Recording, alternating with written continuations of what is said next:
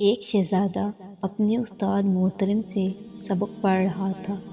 استاد محترم نے اسے 2 جملے پڑھائے: جھوٹ مت بولو، غصہ نہ کرو۔ کچھ دیر کے وقفے کے بعد شہزادے کو سبق سنانے کو کہا گیا تو شہزادے نے جواب دیا، ابھی سبق یاد نہیں ہو سکا۔ دوسرے دن پھر استاد محترم نے سنانے کو کہا۔ شہزادے نے پھر عرض کی کہ ابھی سبق یاد نہیں ہو سکا۔ تیسرے دن چھٹی تھی۔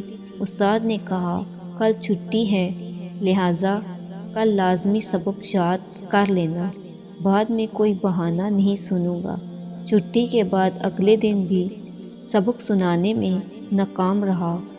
استاد محترم یہ خیال کیے بغیر کہ وہ ایک شہزادہ ہے، غصے سے چلا اٹھے اور طیش میں آ کر ایک تھپڑ رسید کر دیا کہ یہ بھی کوئی بات ہے کہ اتنے دنوں میں 2 جملے یاد نہیں ہو رہے۔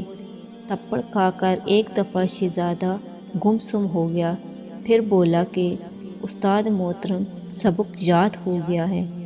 استاد کو بہت تعجب ہوا کہ پہلے تو سبق یاد نہیں ہو رہا تھا، تھپڑ کھاتے ہی فوراً سبق یاد ہو گیا۔ شہزادہ عرض کرنے لگا، استاد محترم، آپ نے مجھے 2 باتیں پڑھائی تھی، جھوٹ نہ بولو، غصہ نہ کرو۔ جھوٹ بولنے سے تو میں نے اسی دن توبہ کر لی تھی، لیکن غصہ نہ کرو یہ مشکل کام تھا۔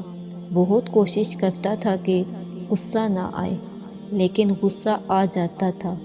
اب جب تک میں غصے میں قابو پاتا نہیں سیکھ جاتا تو کیسے کہہ دیتا کہ سبق یاد ہو گیا ہے۔